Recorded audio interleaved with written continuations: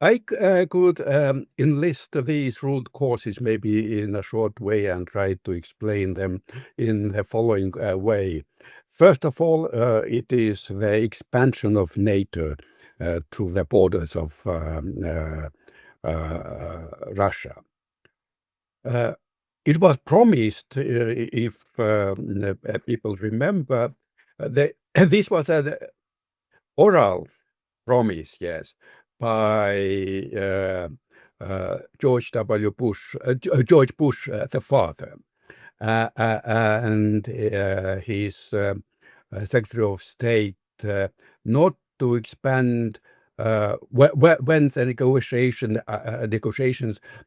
on the reunification of Germany were going on, promised not to expand or extend NATO an inch towards the east. So if Russia withdraws its troops from Germany, from other countries, that NATO will not go to the east. This promise with oral, but it was given against Russia's promise to do what Russia really, or the Soviet Union under Gorbachev started doing, withdrawing from East Germany and helping thereby this process of reunification of Germany. And as an international lawyer, I would say that there are cases, even in the International Court of Justice and in his predecessor, which was under the League of Nations, also the Permanent Court of International Justice, cases which show that these oral promises, this tit for tat, I do this if you do that, they have legal force as well.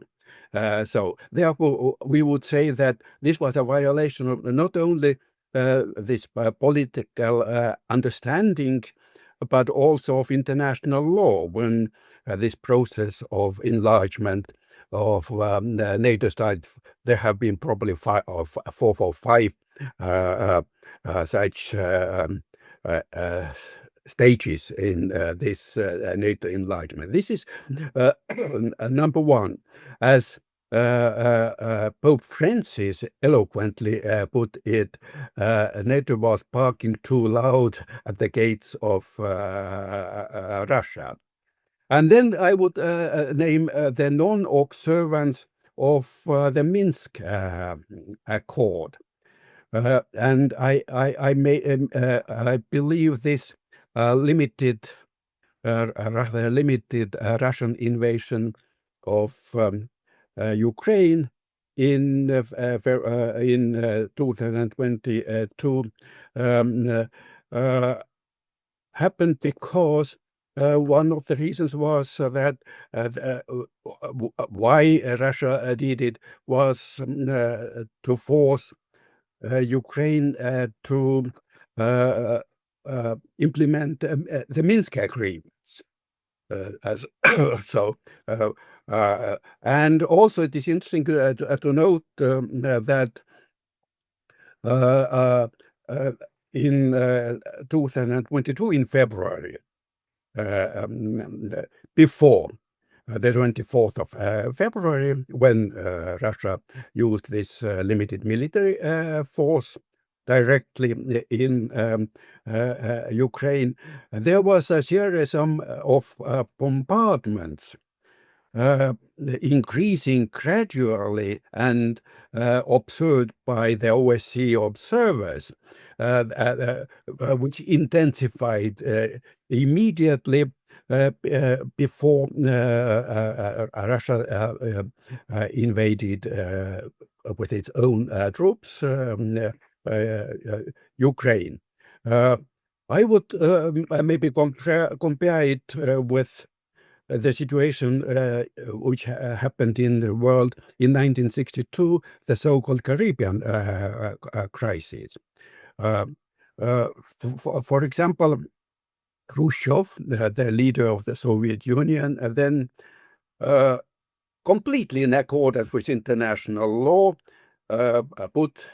started establishing its medium-range missiles on the territory of Cuba. Cuba was in agreement with it. The Soviet Union was in agreement. There was no violation of international law. But John Kennedy, a very, in my opinion, very, let's say, cautious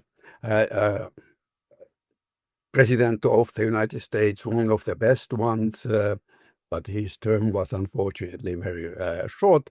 He was even ready also to respond to start a nuclear conflict in order to force the Soviet Union to withdraw these missiles. And you see, the American forces or NATO forces in Ukraine would be like the sword of Damocles hanging over Russia, very close. Of course, Russia was against the NATO membership for Estonia, for the Baltic countries as well. But Russia was weak and it couldn't respond adequately. But Ukraine is completely different matter.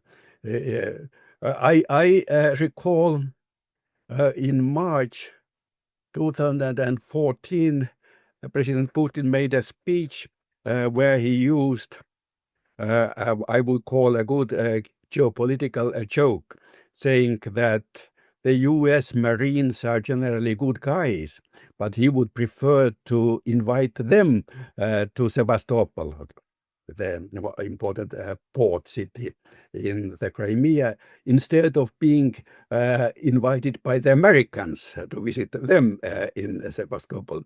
So I believe this is one of the such